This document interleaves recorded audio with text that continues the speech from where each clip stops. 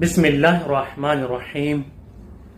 واجبات ارکان جو ہیں وہ 11 ہیں، اس میں سے 5 رکن ہیں جن کو بھولے سے یہ جان بوجھ کر چھوڑا جائے تو نماز باطل ہو جاتی ہے۔ البتہ ان کی بھی تفصیل بیان کی گئی ہے۔ اس میں سے ایک چیز ہے رکوع۔ پہلی ویڈیو میں ہم نے تکبیرۃ الاحرام کے بارے میں بیان کیا اور نیت کے بارے میں بیان کیا۔ آج کا ٹاپک ہے رکوع کا طریقہ۔ رکوع کا صحیح طریقہ کیا ہے اور کسے کہا جاتا ہے؟ یہ واجبات میں سے ہے، یعنی واجب رکن ہے۔ اگر کوئی شخص جان بوجھ کر یا بھولے سے چھوڑ دے تو اس کی نماز باطل ہو جاتی ہے۔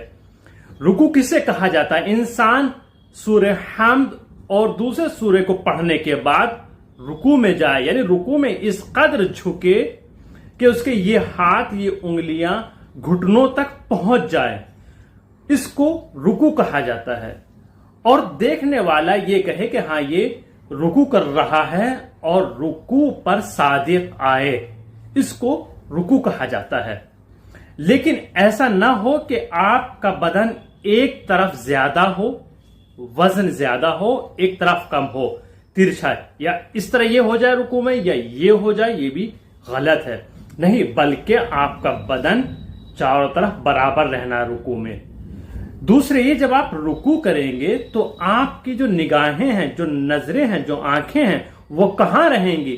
بعض افراد رکوع کرتے ہیں لیکن ان کی نظریں چاروں طرف رہتی ہیں، دائیں بائیں، آگے نیچے۔ تو اس میں سوال یہ، کہاں پر ہمیں اپنی نگاہیں رکھنی چاہیے؟ آپ جب رکوع میں جائیں گے تو آپ کی جو یہ آنکھیں ہیں، یہ نظریں ہیں، یہ دونوں پیر کے درمیان میں رہیں گی۔